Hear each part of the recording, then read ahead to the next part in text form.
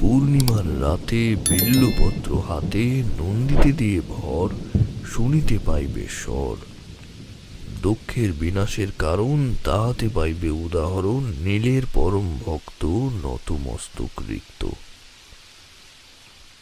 বলতে বলতে ছাতা বন্ধ করে ক্লাব ঘরে প্রবেশ করলেন তারিণী খুড়ো। ন্যাপলা বলে উঠল, খুড়ো কি বিড়বিড় করছে? মাথার ব্যায়াম হলো নাকি? বলে খিলখিল করে হেসে উঠল। এক প্রকার ব্যঙ্গ উপেক্ষা করেই ছাতাটা ঘরের এক কোণে রেখে খুড়ো তার চিরপরিচিত ভঙ্গিতে চৌকিতে বসে একটা এক্সপোর্ট কোয়ালিটির বিড়ি ধরাল। আমরা সবাই তার ভ্রুকুটি অগ্রাহ্য করেই চারিদিকে ঘিরে বসে পড়লাম নতুন কিছু গল্প শোনার আশায়। সকাল থেকে এক পশলা বৃষ্টি হয়ে গেছে, এখনো অবিরাম ঝিরঝির করে পড়েই চলেছে। শ্রাবণ মাস, তারপর বৃষ্টি ভেজা সন্ধ্যাতে আবার লোডশেডিং। ঘরে দুটো মোমবাতি টিমটিম করে জ্বলছে। আমাদের ছায়া দেয়ালে পড়ে এক অদ্ভুত পরিবেশ তৈরি হয়েছে, ঠিক যেন একটা ভূতের গল্প শোনার পরিবেশ। খুড়োকে উদ্দেশ্য করে প্রশ্ন করলাম, অনেকদিন আপনার জীবন কাহিনী শোনা হয়নি খুড়ো, আজ একটা গল্প শোনাতেই হবে। খুড়ো বিরক্তি মুখে বললেন, উফ, জ্বালিয়ে মারলি তোরা। এবার মনে হচ্ছে তোদের এখানে আসা বন্ধ করতে হবে। যাই হোক, গল্প যখন শুনতে চাইছি শোনাবো, তবে এটাই কিন্তু শেষ। আমরা মনে মনে একটু হাসলাম। এই নিয়ে কম করে 20 বার বলেছেন যে এই শেষ, আর গল্প শোনাবো না, আড্ডায় আর আসবো না। কিন্তু তিনি যে তার জীবন কাহিনীগুলো শোনাতে আমাদেরকে ভালোবাসেন, সেটা আমাদের কারোরই অজানা নয়। আমরা সবাই সমবেত স্বরে মাথা নাড়লাম। বললাম, আজ গল্প শোনার পর আর মাসখানেক আপনাকে বিরক্ত করব না, কিচ্ছু শুনতে চাইবো না, কথা দিচ্ছি। খুড়ো বলল, বড্ড তোদের কথা দেওয়া। এরকম কথা কতবার দিয়ে কথা খেলাপ করেছিস মনে আছে? তবে মাসখানেক পর আমি আর এই জগতে থাকবো কি না তা কে জানে। বলেই হো হো করে হেসে উঠল। তারপর খুব গম্ভীর স্বরে খুড়ো বলতে শুরু করলেন, তবে আজ তোদের এক অন্য রকমের গল্প শোনাবো, এক গুপ্তধন উদ্ধারের গল্প। যে ছড়াটা বলছিলাম ওটা হচ্ছে একটা গোলক ধাঁধা, গুপ্তধনের চাবিকাঠি। পূর্ণিমার রাতে বিল্লপত্র হাতে, নন্দিতে দিয়ে ভর, শুনিতে পাইবে স্বর। দুঃখের বিনাশের কারণ, তাহাতে পাইবে উদাহরণ। নীলের পরম ভক্ত, নতমস্তক রিক্ত। আপনি তো ভূত বিশেষজ্ঞ, গোয়েন্দাগিরিও করতেন বুঝি? এইসব প্রশ্নের উত্তর পেতে গেলে গল্পটা মন দিয়ে শুনতে হবে। বেশি ফাজলামি না করে চুপচাপ বসে গল্পটা শোন। বিড়িটাতে একটা লম্বা টান দিয়ে গম্ভীর গলায় খুড়ো গল্প বলতে শুরু করলো।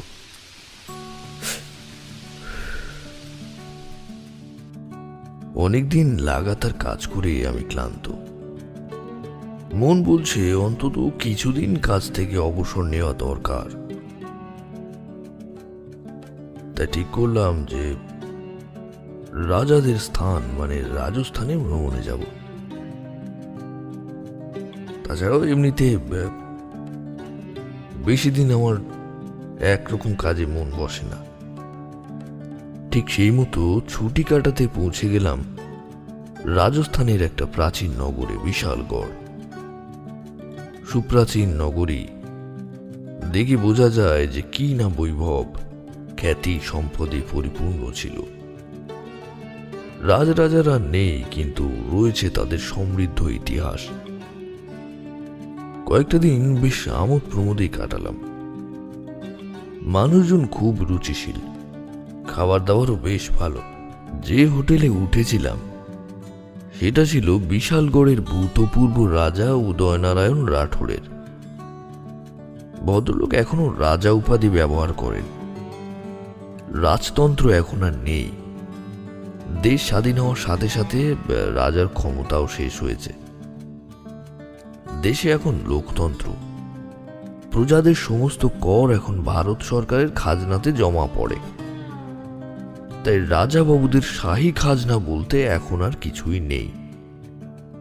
তাই অনেক প্রাসাদকে হোটেলে পরিণত করেছেন, যা দিয়ে বেশ ভালো রকমেরই উপার্জন হয়।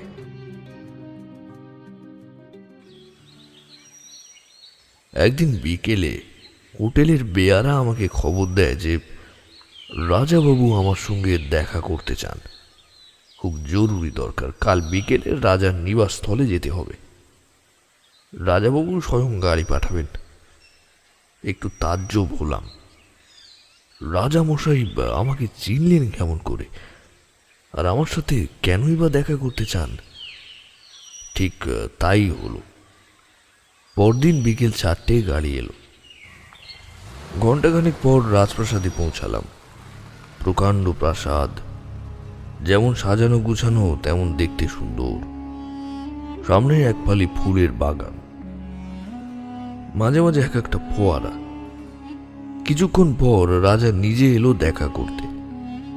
লম্বা চওড়া সুদর্শন চেহারা, মুখের মধ্যে যেন এক উজ্জ্বল ভাব। দেখে বুঝতে অসুবিধা হলো না যে ইনিই রাজা উদয়নারায়ণ। আলাপচারিতা সেরে আমি আমাকে ডাকার কারণ জিজ্ঞাসা করলাম। মহারাজ বললেন, তারিণীবাবু, আমি আপনার অনেক কীর্তি শুনেছি। আপনার জীবনে যে সমস্ত বিচিত্র অভিজ্ঞতা রয়েছে তা আমার অজানা নয়। শুনে বুঝতে পারলাম যে ভালোই নামডাক হয়েছে আমার। শুনে বেশ খুশি হলাম। আপনি একমাত্র পারেন আমাকে উদ্ধার করতে।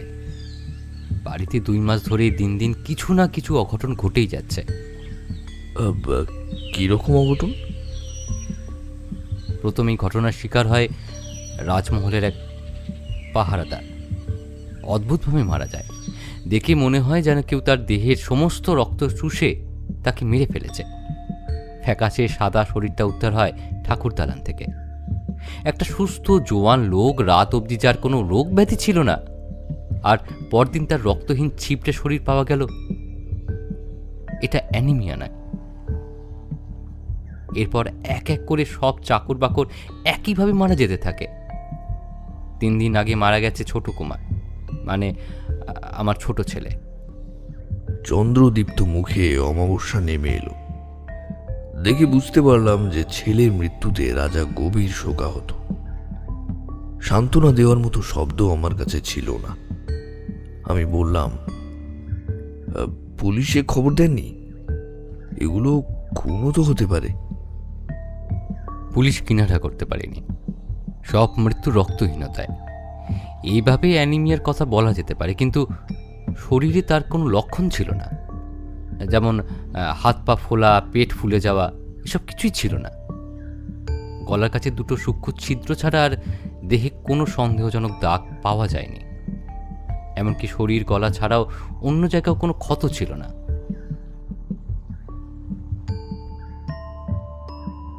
আমি হঠাৎ মুখ তুলে জিজ্ঞাসা করলাম, ভ্যাম্পায়ার কি জানেন? রাজাবাবু হয়তো এহেন প্রশ্নের জন্য প্রস্তুত ছিলেন না, তাই একটু আমতা আমতা করে উত্তর দিলেন, জানি বইকে। দক্ষিণ আমেরিকায় এরকম রক্তচোষা বাদুর আছে। হ্যাঁ, তবে যে কোনো রক্তচোষা জীবকেই ভ্যাম্পায়ার বলে।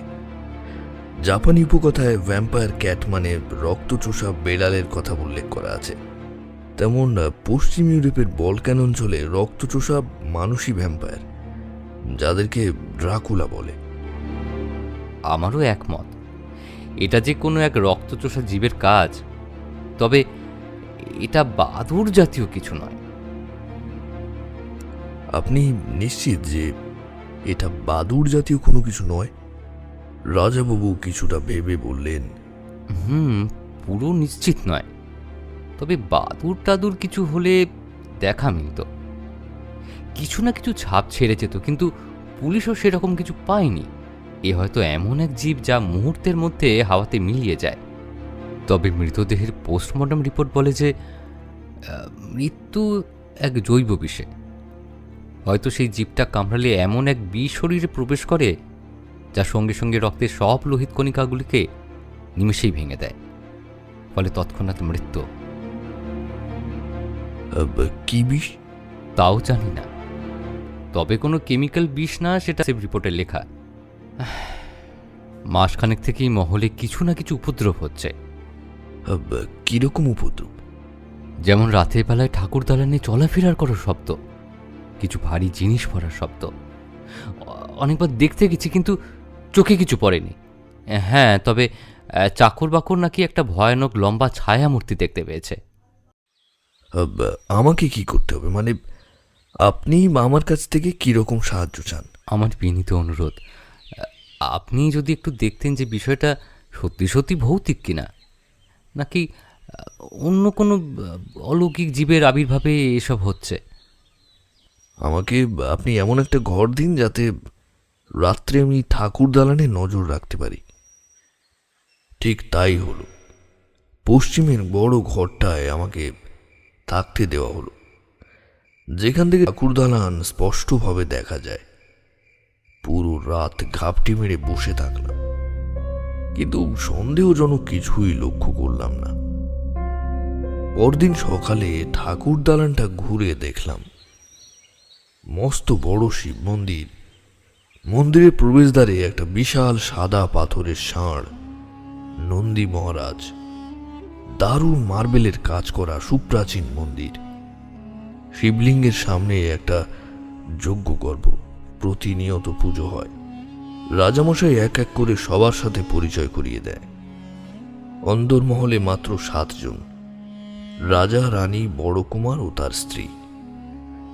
রাজার বিধবা মেয়ে ও তার এক ছেলেও আছে। রাজার শ্যালক বীর প্রতাপ ওই বাড়িতেই থাকেন, কিন্তু সে আজ 7 সকালে কোনো এক জরুরি কাজে বাইরে গিয়েছে। পরিবারে ছাড়া আর একজন আছে যিনি রাজার খুব প্রিয় অনুগত। তিনি হলেন অজিত সিং। রাজা অজিত সিংকে উদ্দেশ্য করে বললেন, ইনি আমাদের অতিথি, যত্ন আপ্যায়নে যেন কোনো ত্রুটি না থাকে। অজিত সিং মাথা নেড়ে বললেন, কোনো ঘাটতি হবে না হুজুর। পরদিন অজিত সিংয়ের সাথে কথা বলে জানতে পারি অজিত সিংয়ের পরিবার বংশ পরম্পরায় রাজবংশের অনুগত ও রাজসেবায় নিয়োজিত। অজিত সিংয়ের পিতামহ ছিলেন রাজাবাবুর বাবা মহারাজ শঙ্কর নারায়ণের সেনাপতি। অনেক বীরত্বের কাহিনী শুনলাম অজিত সিংয়ের মুখে। কথা বলবার সময় অজিত সিংয়ের চোখে স্পষ্ট দেখলাম রাজার প্রতি ভক্তি ও অনুগত্য। দুপুরে অতিথিশালায় আমার খাওয়ার আয়োজন করা হয়েছে। খাবার দেখে সত্যি বলতে আমার মাথা ঘুরে গেছে। এত খাবার একা একটা মানুষ খেতে পারে নাকি? ডাল বাটি চুরমা, মহান থাল, লাল মাছ, কাবা কচুরি, দেশি ঘি দিয়ে ভাজা মালপোয়া, মুগের ডালের হালুয়া, সাথে কম করে 7 প্রকারের মিষ্টান্ন, শেষে মশলা চাষ।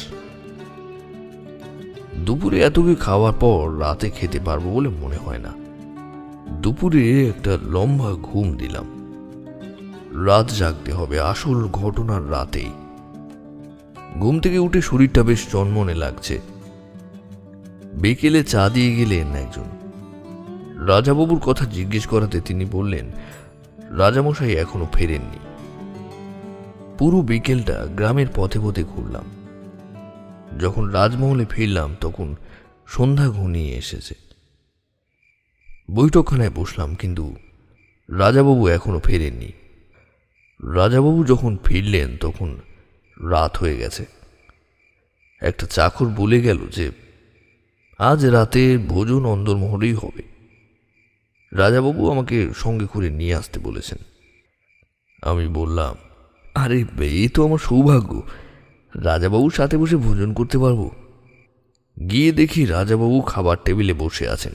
সমস্ত চাকর বাকর পরিবেশন করার জন্য সারিবদ্ধভাবে দাঁড়িয়ে আছে। আমাকে দেখে রাজাবাবু হাসি মুখে বললেন, আসুন, বসে পড়ুন, খেয়ে নেওয়া যাক। রূপুর থালাতে এক এক করে পড়তে থাকলো সুগন্ধি চেরাইপুঞ্জি চালের দেশি ঘিয়ে চপচপে ভাত। এক বাড়িতে রান্না করলে পুরো গ্রাম এই চালের ভাতের গন্ধ পায়। সাথে কচি পাঁঠার মাংস, কম করে 4 প্রকারের রাজস্থানী সবজি, রাজমা, মির্চি বড়া, মহান মাছ, গেটে, কালাকাঁদ, আলুর সবজি, শেষ পাতে অমৃততুল্য মিঠা দই। খেয়ে জীবনটা জুড়িয়ে গেল। আহ, কি খেলাম! আজ আত্মা অব্দি তৃপ্ত হয়ে গেল।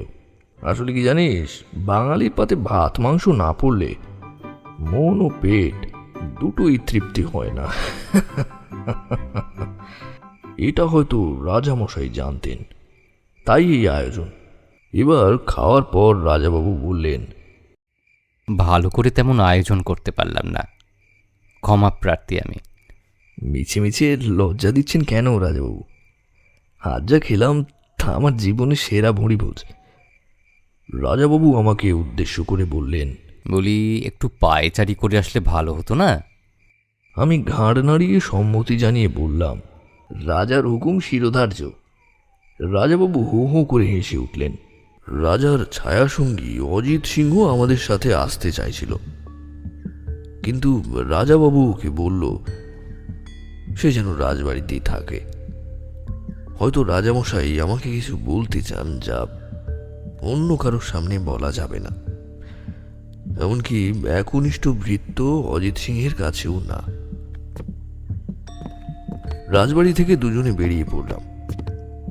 রাজবাড়ির চওড়া রাস্তা শেষ করে আমরা ধরলাম একটা কাঁচা মাটির রাস্তা, যেটা গিয়ে মিশেছে রাজবাগানে তথা রাজদিঘির পাড়ে। চারিদিক রাতের অন্ধকার ঘনীভূত হয়ে আছে, মাঝে মধ্যে কয়েকটা মশাল জ্বলছে। মশালের আলো ছায়াতে পিছনের রাজবাড়িটা দেখলে মনে হচ্ছে পুরো মহলটাকে ঘিরে আছে একটা জমাট বাঁধানো ভয়ানক অন্ধকারের চাপ। চারিদিক নিস্তব্ধ। দিঘি থেকে ঠান্ডা ঠান্ডা বাতাস বইছে, সাথে বাগানে হরেক রকম ফুলের মিষ্টি গন্ধে আমাদের মন ভরে যাচ্ছে। এক আলাদাই অনুভূতি খেলা করছে মনে। মনে হচ্ছে আমি এক অন্য জগতে আছি। জানি না কোনো কিছুর মোহ আমাকে ক্রমাগত নেশাগ্রস্ত করছে। আমরা পাশাপাশি দুজনে হাঁটছি, দুজনেই নিস্তব্ধ। মশালের ক্ষীণ আলোতে রাজার মুখ দেখলে মনে হচ্ছে তিনি কোনো এক গভীর চিন্তায় আচ্ছন্ন। হয়তো আমাকে কিছু বলতে চান, কিন্তু কোনো এক কারণে বলতে পারছেন না। এইভাবে হাঁটতে হাঁটতে আমরা রাজবাগান ছাড়িয়ে দিঘির সামনে এসে পৌঁছালাম। দিঘির সামনে মুখোমুখি দুটো চেয়ার ও মাঝখানে একটা টেবিল রাখা। টেবিল সংলগ্ন একটা মশাল জ্বলছে। হয়তো একান্তে সময় কাটানোর জন্যই রাজাবাবু এই জায়গাটাই ব্যবহার করেন। রাজাবাবু আমাকে বসতে বললেন। আমরা দুজনেই বসলাম। আমি জিজ্ঞাসা করলাম, রাজাবাবু কি কিছু বলবেন? তাহলে আপনি নিঃসংকোচে বলতে পারেন। আমতা আমতা করে রাজাবাবু বলতে শুরু করলেন।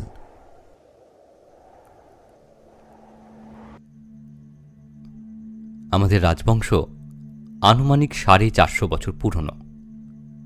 বিশালগড়ে রাজধানী করে তুলেছিলেন মহারাজ চন্দ্রনারায়ণ রাঠোর। তারপর থেকেই বিশালগড় অনেক উত্থান পতন দেখেছে।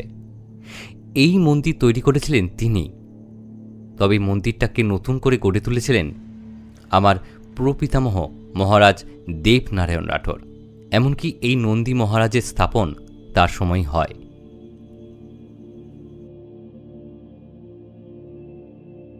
মহারাজ দেবনারায়ণ রাঠোরের সময়ে আমাদের প্রভাব ও প্রতিপত্তি প্রবল ছিল। এমনকি আমি বাবার মুখে এটাও শুনেছি যে সেই সময় পর্তুগিজদের সঙ্গে ব্যবসা করে প্রচুর ধন সম্পদ করেছিলেন তিনি। কিন্তু হঠাৎ করে একদিন ঠিক এইভাবেই মৃত্যু হয়েছিল, আজ যেভাবে হচ্ছে। পুরো শরীর ফ্যাকাশে, গলায় দুটো সূক্ষ্ম ছিদ্র, কিন্তু মৃত্যুর কারণ জানা যায়নি। রাজাবাবু, মহারাজা ছাড়া আর অন্য কোনো মৃত্যু হয়নি? না, হয়নি। তারপর থেকে ধীরে ধীরে আমাদের প্রতিপত্তি কমতে থাকে। এখন যা তলানিতে এসে ঠেকেছে। কিন্তু আশ্চর্যের বিষয়ে তার অর্জিত সমস্ত সম্পদ অনুসন্ধান করেও পাওয়া যায়নি। এমনকি কোষাধ্যক্ষ জানতেন না সে সমস্ত সম্পদ কোথায়? রাজা খাজনার হিসাবের খাতাতেও সেই অর্থের কোনো হিসাব নেই। কোষাধ্যক্ষ সরিয়ে নেয়নি তো? বাবার মুখে শুনেছি ওরা বংশ পরম্পরায় আমাদের অনুগত, বিশ্বস্ত। যদি সেই বিপুল পরিমাণ ধন সম্পদ সরিয়ে রাখতেন, তবে তিনি এই সমস্ত সম্পদ নিয়ে গোপনে আমাদের রাজ্য ছেড়ে চলে যেতেন। আমার যে হিসেব রক্ষক হিসেবে কাজ করে, সে সেই পরিবারের সদস্য। আমার মনে একটা কৌতূহল জাগল, কারণ এইসব রাজমহলে গুপ্তধন লুকিয়ে রাখার অনেক গল্প শুনেছি।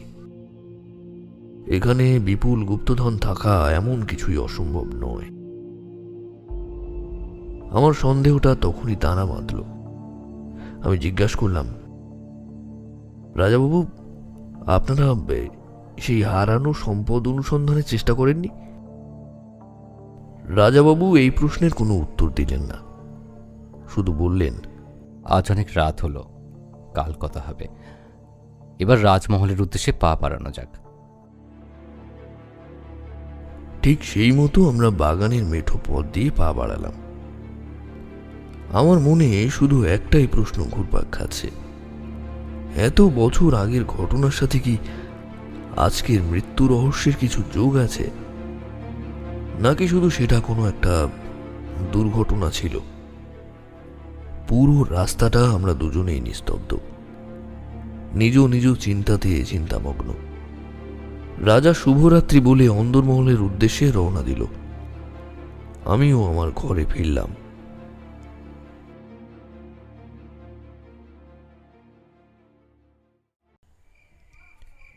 সকালে ভালো করে ঘরটা দেখা হয়নি। সুবিশাল ঘরখানা। এত বড় ঘরে থাকা তো দূরের কথা, আগে কোনোদিন চোখেও দেখিনি। কাজের সুবাদে দেশ বিদেশে বিভিন্ন জায়গায় গেছি, তবে এত বৈভব সমৃদ্ধি আগে কোনোদিন দেখিনি। আমাদের দেশের রাজাদের ঠাঁটবাটের কোনো তুলনা হয় না, বিশেষ করে রাজপুত রাজাদের। এত নরম বিছানায় থাকা যাবে না, শরীর ঘুমে জড়িয়ে আসছে।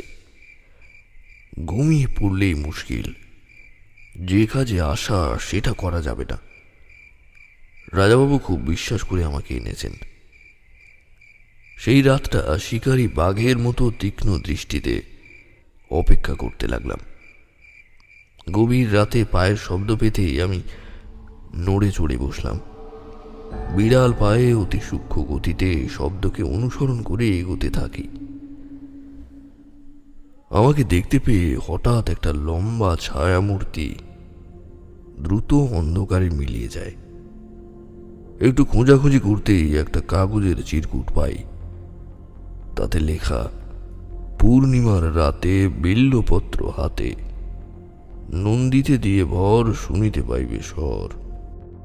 সারা রাত অনেক চেষ্টা করেও কি লেখা আছে তা উদ্ধার করতে পারলাম না। সকালে লোকচক্ষুর আড়ালে রাজামশাইকে চিরকুটটা দেখালাম। রাজামশাই এই ধাঁধাটার অর্থ বার করতে পারলেন না। আমি অনেক শুনেছি যে এইসব পুরনো মহলে গুপ্তধন লুকানো থাকে, কিন্তু এমনভাবে লুকানো থাকে যে তাকে যুগের পর যুগ চেষ্টা করলেও উদ্ধার করা যায় না।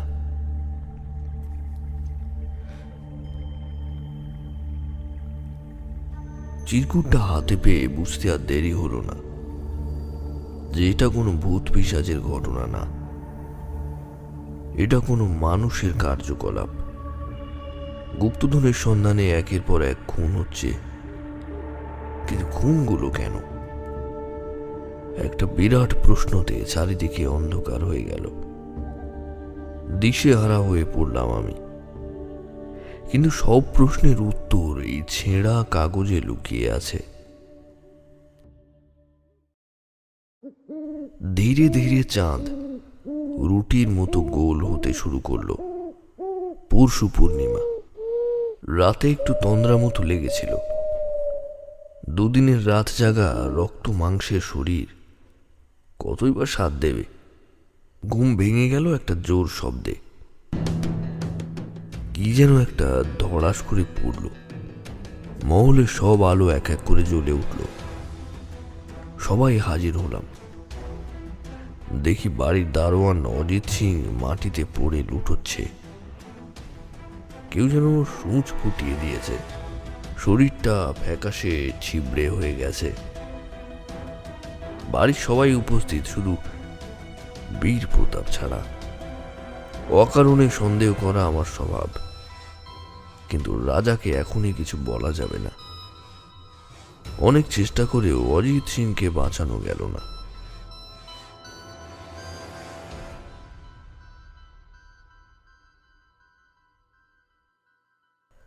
সেদিন রাতে ভালো ঘুম হলো না। চোখের সামনে পেল্লায় চেহারার একটা সুস্থ সবল লোক প্রাণহীনভাবে পড়েছিল। বারবার নিজেকে প্রশ্ন করতে লাগলাম, কোনো মানুষ কি এত সহজে মেরে ফেলতে পারে? অজিত সিংয়ের চোখে কিন্তু কোনো প্রকার আতঙ্কের ছাপ দেখিনি। হয়তো কাজটা পেছন থেকে খুব দ্রুত হয়েছে। অজিত সিং হয়তো তার হত্যাকারীকে দেখতে পাননি। আক্রমণের কয়েক সেকেন্ডের মধ্যেই মাটিতে লুটিয়ে পড়েছিল। বারবার অজিত সিংয়ের কথা মনে পড়তে লাগলো। গত দুদিনে রাজবাড়িতে আমার কথা বলার প্রধান সঙ্গী ছিলেন 6 ফুট 7.5 ইঞ্চির এই মানুষটা। আমাকে বাবু মশাই বলে ডাকতেন। শরীর বজ্রের মতো কঠোর হলেও তার মনটা ছিল খুব সরল। রাজাবাবু অজিত সিংকে নিজের সন্তানের মতোই ভালোবাসতেন। হয়তো রাজাবাবু খুব বেশি ভেঙে পড়েছেন। একে পুত্র শোক, তার উপরে এইসব ভাবতে ভাবতে পূবের আকাশ ক্রমশ লাল হয়ে এলো।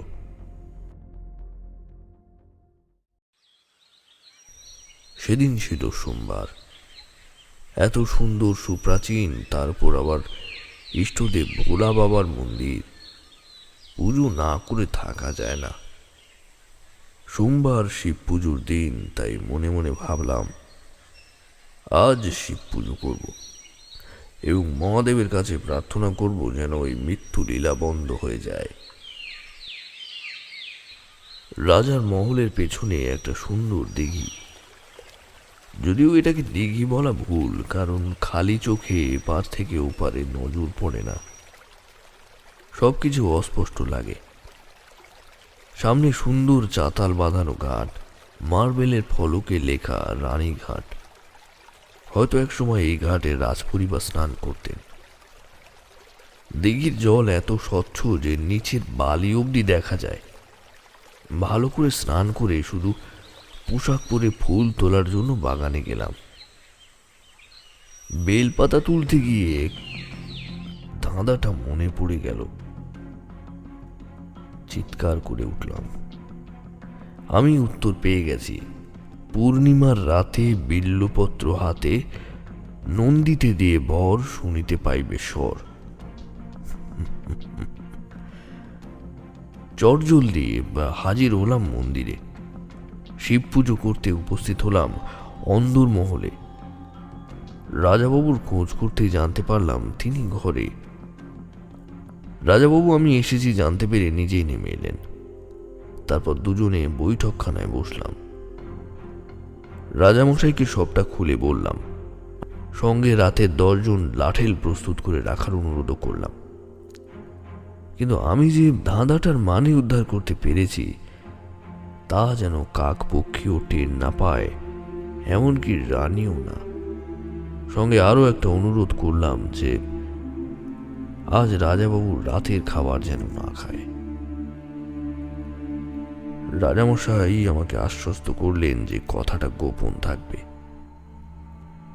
পুরোটা দিন অন্দরমহল ঘুরে ঘুরে দেখলাম। বেশ কয়েকটা ঘরের মধ্যে ঢুকেও দেখলাম। রাত হলো। পূর্ণিমার রূপালী সাদা চাঁদের আলো অন্দরমহলটাকে যেন মায়াবী লাগছে।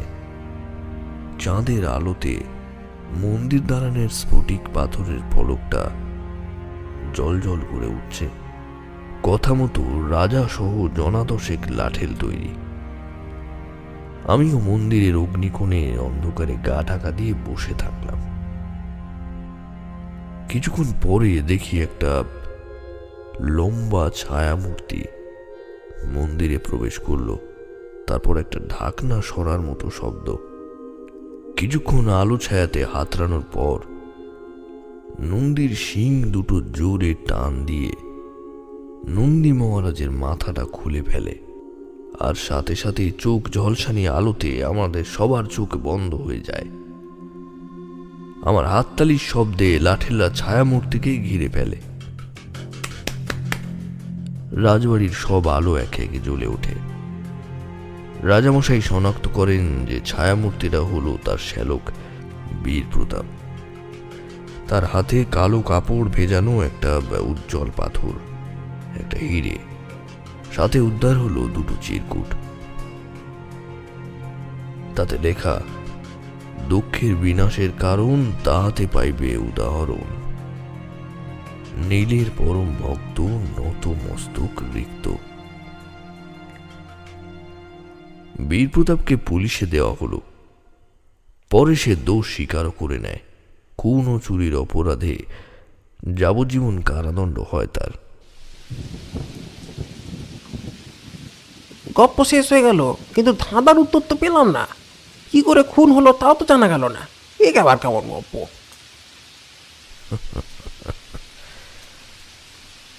কে বললো গল্প শেষ? এখনো কিছুটা বাকি আছে। রাজাবাবু তো আশ্চর্য যে কি করে আমি অনুমান করতে পেরেছিলাম যে চুরি আজই হবে এবং মন্দিরের গুপ্তধন লুকানো। রাজা আমাকে একান্তে ডেকে সব জিজ্ঞাসা করলেন। আমি বললাম, রাজামশাই, সেদিন দিনের বেলায় আমি সবার ঘর গোপনে তল্লাশি চালাই, কিন্তু ঠিক সন্দেহ হলো বীর প্রতাপের ঘর থেকে কয়েকটা কাঁচের শিশি পাই। শিশিগুলোতে কি ছিল? ঘুমের ওষুধ, যা খাবারের সাথে মিশিয়ে পুরো রাজ পরিবারকে রাতে অঘরে ঘুম পাড়িয়ে রাখত, যাতে বীর প্রতাপ তার স্বার্থ সিদ্ধি করতে পারে। আমি সন্ধ্যাতে হীরাটা উদ্ধার করি, সাথে আরো সোনাদানা এবং রত্ন। সাথে সাথে আমি একটা লাল কাপড়ে মোড়া পুটলি রাজার হাতে দিলাম। আমি আজ সত্যিই খুব খুশি, কিন্তু কি করে আপনি বীর প্রতাপের আগে ধাঁধাটার অর্থ খুঁজে পেলেন? আর সব জেনেও আমাকে জানালেন না কেন? প্রত্যক্ষ প্রমাণ ছাড়া আপনিও বিশ্বাস করতেন না। আমি যদি প্রমাণ ছাড়া আপনার শ্যালককে চোর বলতাম, তবে হয়তো আমার গর্দান যেত। এবার ধাঁধাটায় আসা যাক। পূর্ণিমার রাতে বিল্বপত্র হাতে, নন্দীতে দিয়ে ভর শুনিতে পাইবে স্বর। আমি আজ সন্ধ্যায় প্রথম ধাঁধা অনুযায়ী নন্দীর উপর একটা ভারী পাথর রাখি। সাথে সাথে হঠাৎ দেখলাম নন্দী মহারাজের মুখ দিয়ে একটা চিরকুট বার হয়। তাতে লেখা ছিল, দুঃখের বিনাশের কারণ তাহাতে পাইবে উদাহরণ। এটার অর্থ হলো, প্রজাপতি দুঃখের বিনাশের কারণ হলো যজ্ঞ।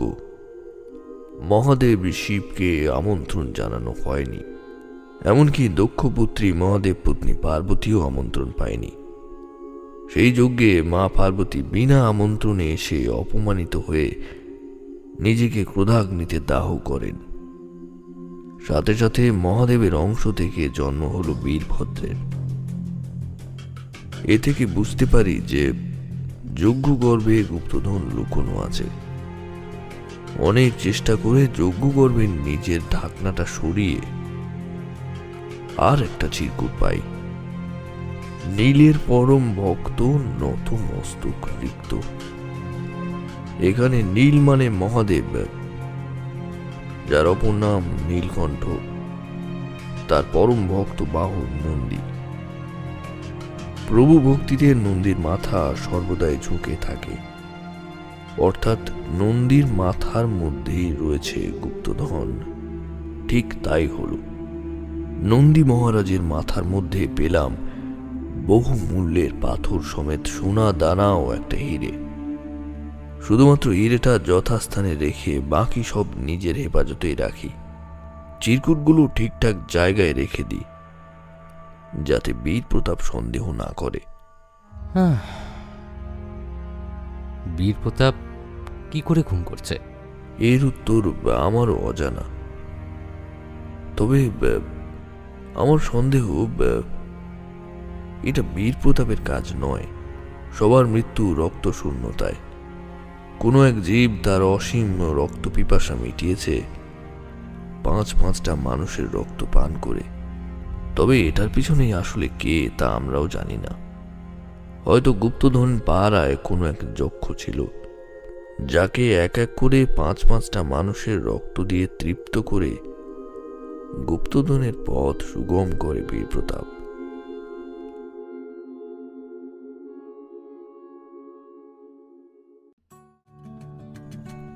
আমি আরো কিছুদিন রাজবাড়িতে ছিলাম, কিন্তু কিছু অঘটন আর ঘটেনি।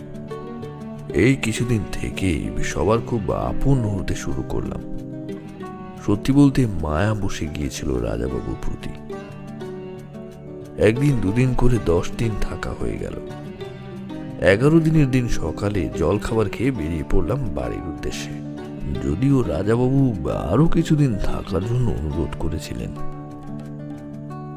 কিন্তু ফিরে তো আসতেই হবে। তবে ফিরে আসার দিন রাজাবাবুকে বলে এসেছিলাম, প্রয়োজন পড়লে আমি আবার আসব, আপনি শুধু আমার ঠিকানাটা রেখে দিন। এই পর্যন্ত বলে থামলেন খুড়ো।